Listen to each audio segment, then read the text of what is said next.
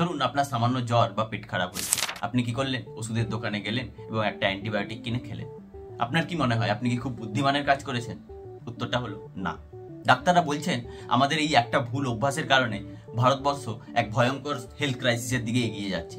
এই সমস্যাটাকে বলা হয় AMR, অ্যান্টিমাইক্রোবিয়াল রেজিস্ট্যান্স। সত্যি করে বলুন তো, আপনারা কজন ডাক্তারের প্রেসক্রিপশন ছাড়া ফার্মাসি থেকে অ্যান্টিবায়োটিক কিনে খেয়েছেন?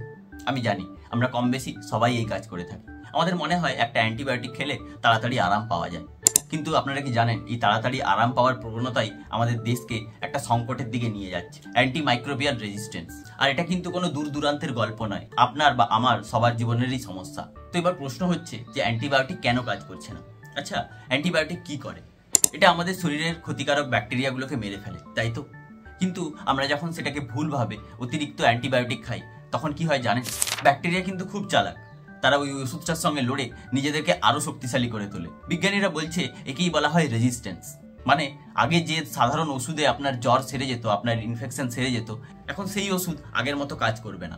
WHO মানে ওয়ার্ল্ড হেলথ অর্গানাইজেশন বলছে ভারতের 6টির মধ্যে একটি ব্যাকটেরিয়াল ইনফেকশন এখন স্ট্যান্ডার্ড অ্যান্টিবায়োটিকে সারছে না।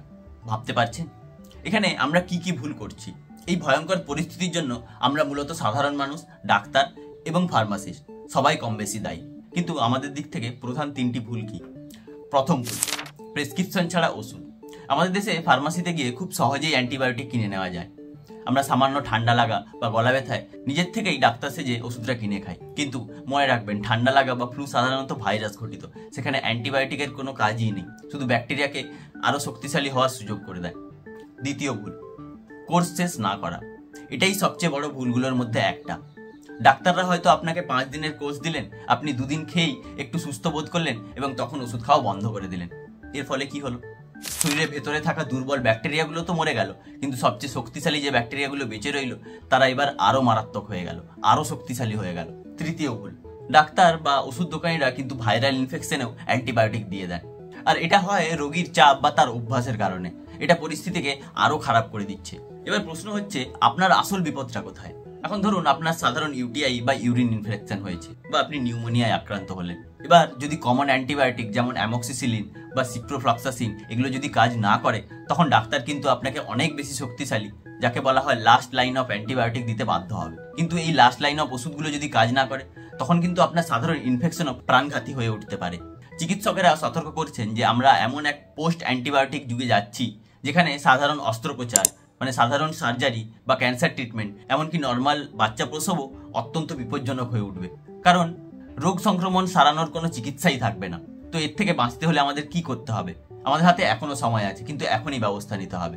চলুন 3টে শপথ নিই। নাম্বার 1, প্রেসক্রিপশন ছাড়া অ্যান্টিবায়োটিক একদমই নয়। একদম স্পষ্ট কথা, অ্যান্টিবায়োটিক কেনার আগে অবশ্যই রেজিস্টার্ড ডাক্তারের প্রেসক্রিপশন লাগবে। যদি কোনো ফার্মাসি প্রেসক্রিপশন ছাড়া সেটা দেয়, তাহলে সেটা কিন্তু বন্ধ হওয়া উচিত। নাম্বার 2, পুরো কোর্স অবশ্যই শেষ করুন। অ্যান্টিবায়োটিক শুরু করলে আপনি সুস্থ বোধ করলেও ডাক্তার বলে দেওয়া পুরো কোর্সটা শেষ করবেন, কোনো অজুহাত নয়। নাম্বার 3, পরিষ্কার পরিচ্ছন্ন থাকুন। হাসপাতালগুলিতে এবং নিজের বাড়িতে হ্যান্ড হাইজিন বা হাত ধোয়ার অভ্যাসকে সবচেয়ে বেশি গুরুত্ব দিন। এটা কিন্তু সংক্রমণকে ছড়ানোর থেকে আটকানোর সবচেয়ে সহজ উপায়।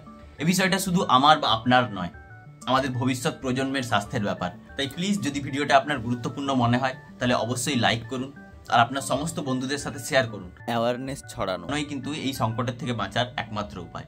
তো দেখা হচ্ছে পরের ভিডিওতে। ততক্ষণ সুস্থ থাকুন, ভালো থাকুন এবং ওষুধের ব্যাপারে সচেতন থাকুন। ধন্যবাদ।